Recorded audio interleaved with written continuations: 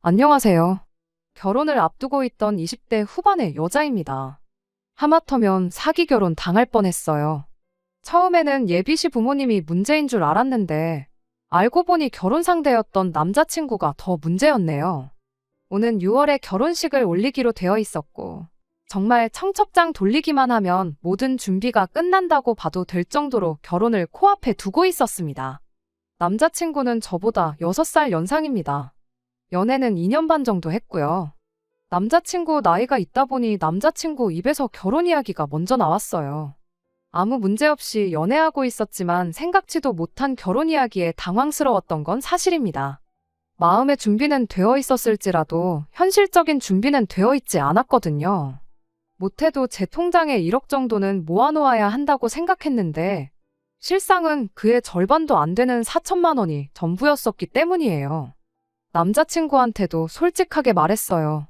나랑 평생 함께 살고 싶다는 말은 고마운데 현실적으로 나는 아직 준비가 안 된 것 같다고요. 남자친구는 처음에 제가 돌려서 거절하는 건 줄 알았대요.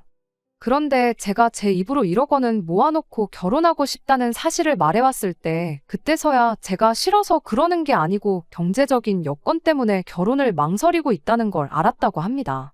남자친구가 1억 모으기가 말처럼 쉬운 줄 아냐면서 저보고 얼마나 모아놓았느냐고 묻더라고요.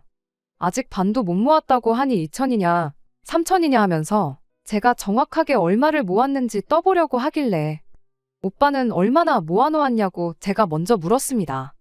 오빠가 말해주면 나도 말해주겠다고요.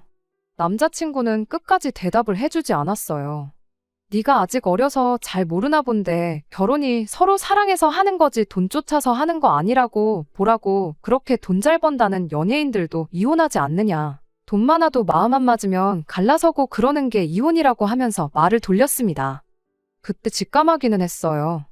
모아놓은 돈이 별로 없는가 보구나 하고요. 남자친구 말이 100% 틀린 말은 아니에요.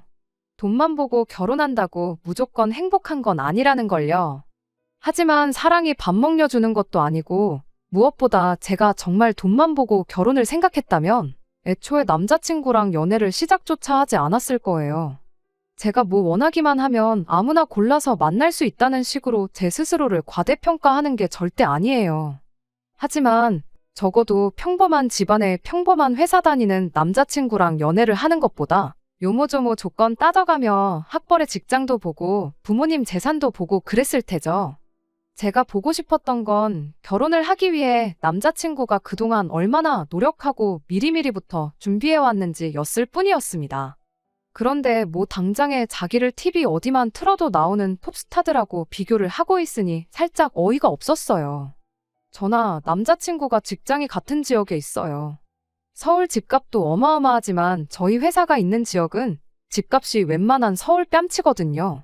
적어도 신혼생활 시작할 전세자금 정도는 대출 없이 구할 만큼은 수중에 들고 있으면 좋겠다 싶었거든요. 처음부터 회사 근처에 자가로 아파트 구해서 신혼생활 시작하고 싶은 생각은 눈꼽만치도 없었어요. 하지만 고민이 되더라고요. 남자친구는 좋은 사람이었지만 결혼 생각을 하니 갑갑해져 왔어요. 계산기를 두들겨보면 볼수록 답이 안 나오고 우리가 아직 준비 안 된 건 생각도 안 하고 그냥 나이도 찼고 연애도 적당히 오래 했으니까 결혼하자고 하는 건가? 그런 생각도 들기 시작하니 우울해지기까지 하더라고요. 또 그렇다고 모아놓은 돈이 없다고 해서 여태 만나온 시간 뒤로 하고 오빠는 아닌 것 같으니 헤어지자 말하기도 좀 아니다 싶었어요. 제가 그냥 너무 돈에 환장한 속물 같아 보이지는 않을까 그런 걱정을 했었던 것 같습니다. 아무튼 고민 끝에 결국 결론을 내렸어요. 1년만 더 시간을 두고 보자고요. 남자친구가 대번에 헤어지자고 하는 거냐고 묻길래 그게 아니라 반은 결혼은 승낙한 거나 마찬가지인 소리니 걱정 말라고 했어요. 나도 오빠랑 연애하면서 결혼 생각을 아예 안 해본 건 아니다. 청혼은 너무 고맙지만 현실적인 문제도 있고 하니 우리 딱 1년만 같이 고생해서 돈을 열심히 모아보자고요. 그래도 연봉이 제가 4천 후반, 남자친구가 5천 중후반 정도 되었으니 돈을 아예 모으지 못할 정도는 아니었거든요. 당장 불편하기야 하겠지만 회사 근처에 있는 원룸도 빼서 조금 더 저렴한 곳으로 들어가고 핸드폰도 당분간은 알뜰폰 요금 쓰고 김밥하고 떡볶이만 먹어도 되니까 데이트 비용도 한번 최대한 줄여보자고요. 그래서 둘이 딱 더도 말고 덜도 말고 6천만 원만 모아보자고 했죠. 제가 모아놓은 돈이 4천이 조금 넘었었으니 그거랑 합치기만 해도 1억이 될 테고. 남자친구가 말은 안 해줬지만 분위기 보아하니 1억은 절대 안 되겠지만 못해도 5천 정도는 모아놓았겠구나 싶었거든요. 그럼 그렇게만 더해도 1억 5천. 솔직히 제 기준에는 여전히 택도 없는 금액이었지만 신혼부부 전세 대출 받아서 전세 구하고 하면 어떻게든 되겠다는 계산이 있었거든요. 남자친구도 표정은 썩 내키지 않아 보였지만 알겠다고 한번 같이 모아보자고 일단은 동의를 하더라고요. 그렇게 허리띠 졸라매가는 몇 달이 계속되었어요. 남자친구는 고기도 먹고 술도 먹고 싶다고 아주 난리였지만 단호하게 전부 거절했습니다. 그래도 차곡차곡 쌓이는 돈을 보니까 남자친구도 직접적인 불만은 말을 못하더라고요. 그러던 어느 날 남자친구가 이제 돈 모으는 거 그만하자고 대놓고 저한테 말을 해왔습니다. 결혼을 안 하겠다는 거냐 물었더니 남자친구가 그런 게 아니라고 자신있게 한마디를 하더라고요. 요즘 결혼을 누가 자기 돈 가지고 하냐고, 결혼은 부모님 돈으로 하는 거 아니겠냐고 하면서요. 그러면서 좋은 소식이라고 말을 꺼내더니 남자친구 부모님이 집을 해주시기로 했다는 말을 꺼내는 거예요. 그러니 이제 우리 돈 좀 그만 모으고 맛있는 도 먹고 갖고 싶은 것도 사고 좀 그러자는 겁니다. 자세한 이야기를 듣자 하니 예비 시부모님이 한 집에서 평생을 쭉 살아오셨는데 요 근래 10년 사이에 집값이 엄청 올랐대요.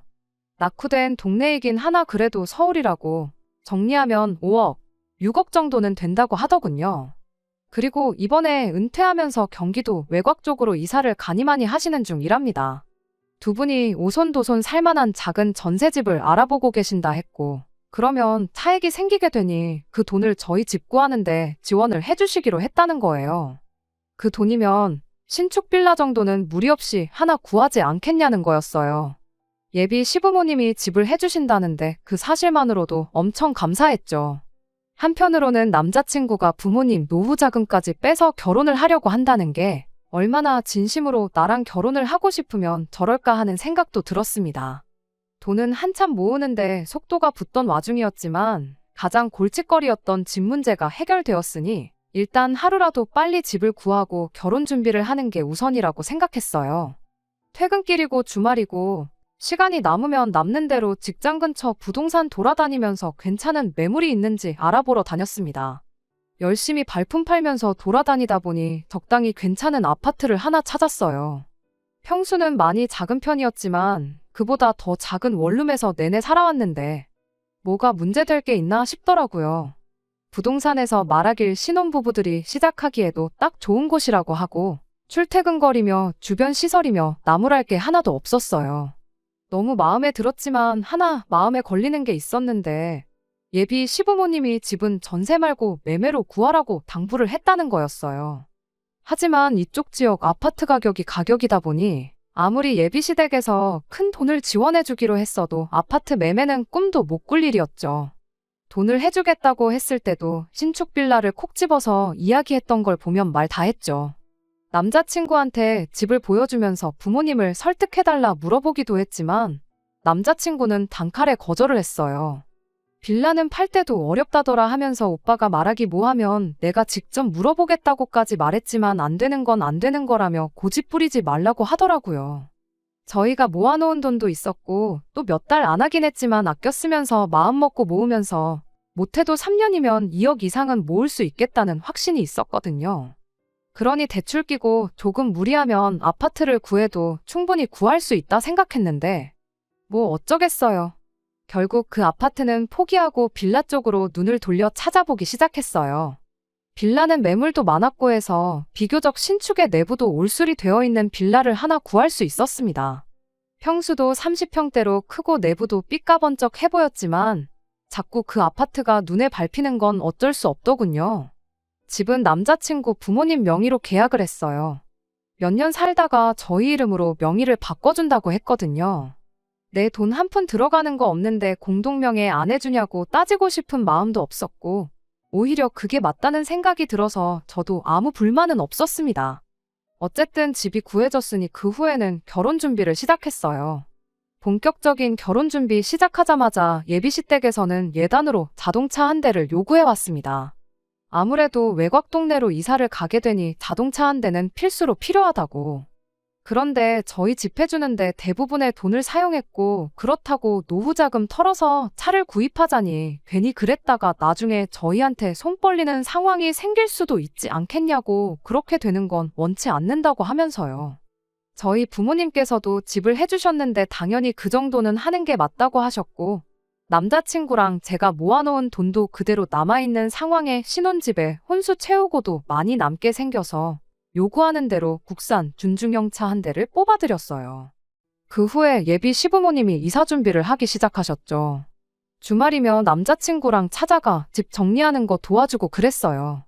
이사 당일날은 저희가 휴가를 내서라도 짐 푸는 거 도와드리겠다고 했는데 요즘 업체에 맡기면 정리까지 다 해주고 간다고 필요 없다고 하길래 알겠다 했습니다.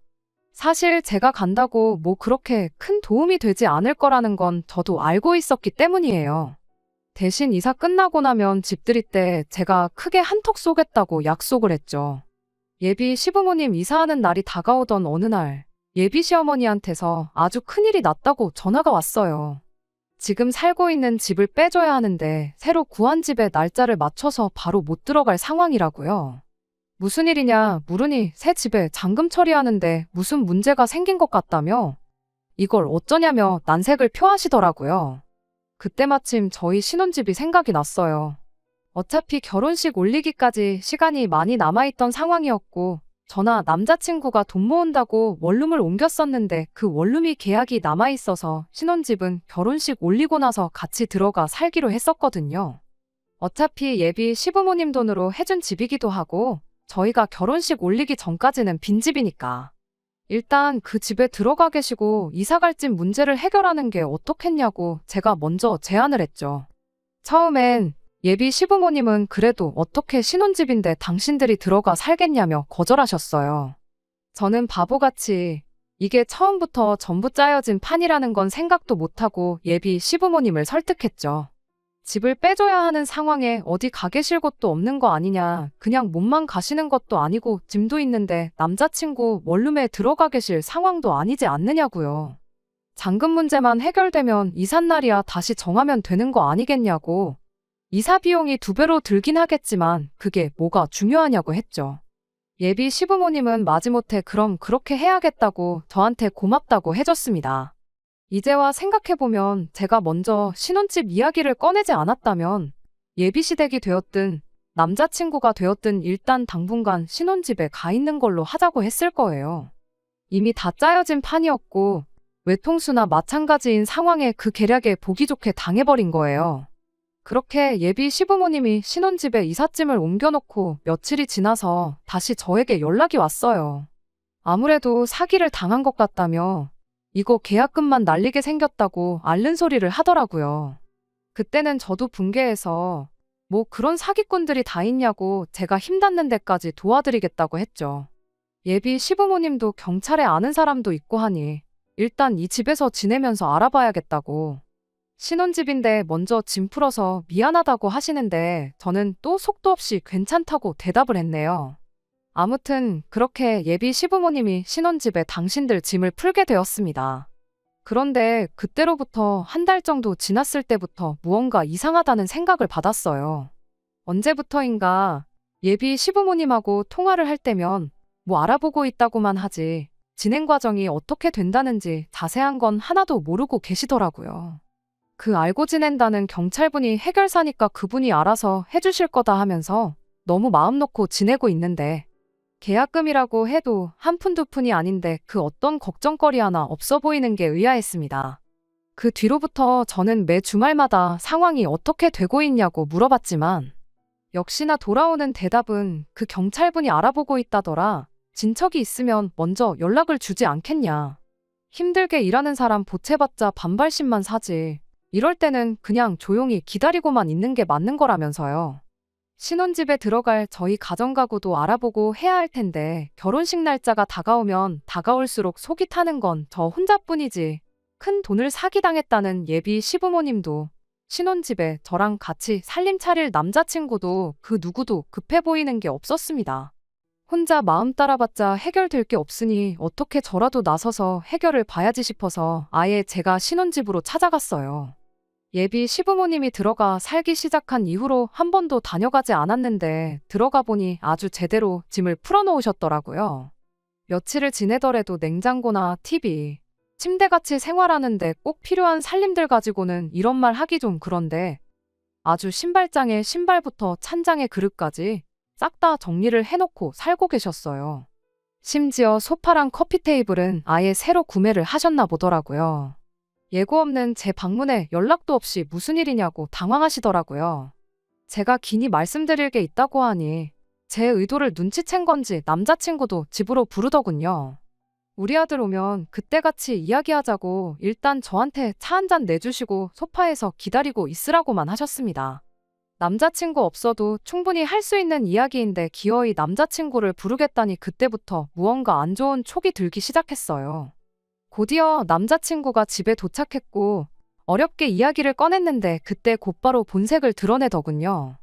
너네한테 집 구해주려다가 팔자에도 없는 사기도 다 당해보고 요즘 심적으로 너무 힘들고 지쳐서 새로 집을 알아보고 싶은 생각이 없다더니 마침 집도 넓은데 그냥 이 집에서 다 같이 지내는 게 어떻겠냐고 대놓고 통보를 하더군요. 빈 방도 많은데 놀려서 뭐 하냐고 일단 한번 같이 살아보잡니다.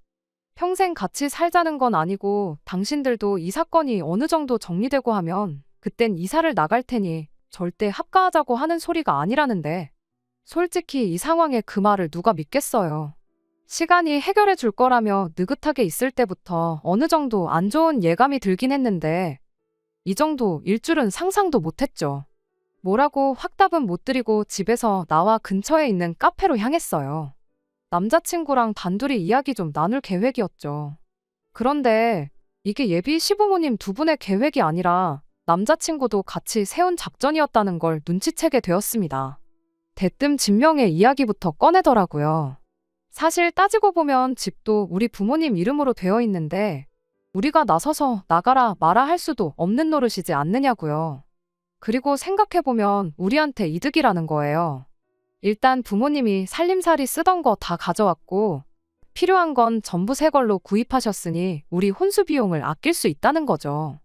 우리 대신 엄마가 집안일도 해주실 테고 나중에 아이까지 생기면 애들도 맡길 수 있는 거 아니냐고. 그냥 우리는 하던 대로 맞벌이 하면서 돈이나 모으고 있으면 되는 거 아니겠냐는 겁니다. 아무리 생각해도 우리가 이득 보는 것밖에 없지 않냐고 저를 살살 꼬드기는데 그때 확신했던 것 같아요. 애초에 처음부터 집 사주는 이야기는 없었고 돈 때문에 제가 결혼을 망설인다니 아예 부모님 합가시켜서 같이 살게 할 생각으로 예비 시어머니는 물론이고 남자친구까지 같이 판을 짜놓았었다는 걸 말이죠. 눈에는 눈, 이에는 이라고 저도 남자친구 한 번 떠봤어요. 안 그래도 집 해주신다고 했을 때부터 차라리 같이 살면 안 되나 그런 생각도 했었다고 말했죠. 남자친구는 제 말을 그대로 믿고는 그 자리에서 바로 자백을 해버리더라고요. 그랬냐고 그럴 줄 알았으면 그냥 처음부터 같이 살자고 말할 걸 그랬다고요. 보통 부모님 모시고 살자고 하면 다들 싫어하니까 괜히 거절당하는 것보다 자연스럽게 합가할 상황을 만드는 게 좋겠다 싶어서 이렇게 연기까지 한 거라고 혼자 신이 나서 떠드는데 그 웃고 있는 면상에 그대로 마시고 있던 아메리카노를 잔째로 뿌려버렸습니다. 드라마에서나 볼 법한 장면을 실제로 봤으니 카페 안에 있던 사람들이 전부 저희를 쳐다보더라고요. 평소였으면 남들 이목이 집중되면 괜히 말도 제대로 못하는 저였는데 그날은 열받아서 그랬나 큰 소리가 절로 나오더라고요. 부모님 모시고 살고 싶으면 평소에나 한 집에 같이 살지. 왜 결혼할 때 되니까 모시고 살려고 하느냐고요. 그것도 결혼할 상대방한테 되도 않는 거짓말까지 해가면서요. 평생을 함께 할 사람한테 벌써부터 이렇게 거짓말하는 사람하고 어떻게 결혼을 하겠냐고. 어차피 니네 부모 집이니까 그 집에서 너 혼자 부모 모시고 오손도손 재미나게 살라고 말하고 자리에서 일어났습니다. 카페에 문을 박차고 나오니 그제서야 사람들 시선이 생각나고 마침 또 카페가 통율이라 계속해서 시선이 느껴지길래 걸음아 나 살려라 하고 저만치 뛰어갔네요. 그 와중에 남자친구가 저를 붙잡겠다고 따라왔어요. 잘 됐구나 싶었죠. 생각해보니 홧김에 파혼하자고는 했는데 정리 안 한 게 생각이 나서 말이에요. 니네 집에서 사기 결혼을 빌미로 뜯어간 내 돈은 이런 단위까지 틀리지 않고 정확하게 계산해서 일주일 내로 내 앞에 가져오라고 했어요. 그렇지 않으면 민사의 형사까지 내가 할 수 있는 모든 방법을 총동원해 콩밥 먹여주겠다고요. 법대로 하겠다고 하니 그제서야 안 따라오고 먼발치서 제가 사라지는 모습만 지켜보고 있더군요. 그리고 그날 저녁에 미안하다는 장문의 카톡과 함께 수십 통의 전화가 걸려왔습니다. 안 받고 무시하고 있다가 마지막으로 다시 한번 경고해 주려고 전화를 받았습니다. 남자친구가 전화로 싹싹 빌더군요. 부모님이랑 같이 사는 건 없던 일로 하겠다고 그냥 우리 처음에 하기로 했던 대로 이번 달부터 다시 1년 동안 돈 모아서 결혼하자고 하더라고요. 그래서 아직도 이해를 못했냐고 부모님 모시고 사는 것 때문에 파혼하는 게 아니라 대놓고 사기 결혼하려던 그 뻔뻔함 때문에 파혼하는 거라고 다시 한번 말해줬죠. 전화 받은 건 사과받겠다고 받은 게 아니라 진짜 일주일을 넘기면 법대로 할 테니 각오하라고 전해주려고 받은 거라고요. 전화 끊으려고 하니 남자친구가 다급하게 전화 끊지 말아보라고 하더니 다시 싹싹 빌더군요. 사실 당장에 3천만 원이 없다고. 시간을 좀 더 주면 안 되겠냐는 겁니다. 애초에 남자친구는 저한테 결혼 이야기 처음 꺼냈을 때부터 모아놓은 돈이 한 푼도 없었던 거예요. 그 말 들으니 진짜로 파혼하길 잘했다는 생각뿐이었습니다. 시간을 더 줄 생각은 없다고 딱 잘라 말해줬죠. 일단 남자친구 집에서 집 해준다고 말하기 전에 둘이서 아껴가며 모은 돈 중 남자친구 몫이 2천만 원 정도 있었다는 건 알고 있었거든요. 그 이후로 얼마나 썼는지는 모르겠지만 일단 그거 전부 다 받고 자동차는 할부 없이 산 거니까 중고차로 팔던지 해서 돈 만들어 오면 되는 거 아니겠냐고 했죠. 어차피 출고된 지 몇 달 되지도 않은 차인데 중고 가격도 잘 쳐주지 않겠냐고 그러니까 큰 걱정 말라고요. 아무튼 확실하게 파혼 이사와 단 하루라도 늦으면 법대로 하겠다던 단호함 덕분인지 정말 일주일 되기 전에 그 돈은 전부 돌려받을 수 있었네요. 결혼 준비하면서 예약해놓은 것들은 그냥 제 돈으로 위약금 물고 다 취소해버렸습니다. 더 스트레스 받고 싶지도 않고 남자친구 목소리 듣고 싶지도 않았고요. 그냥 제가 뭣도 모르고 사람 쉽게 믿었던 비용이라고 생각하기로 했어요. 다른 건 몰라도 제대로 된 인생 교훈은 이렇게 하나 얻어가네요. 끝까지 들어주셔서 감사합니다. 오늘의 사연은 여기까지입니다. 구독과 좋아요, 알람 설정 부탁드리고 더 좋은 사연으로 다시 찾아뵙겠습니다. 감사합니다.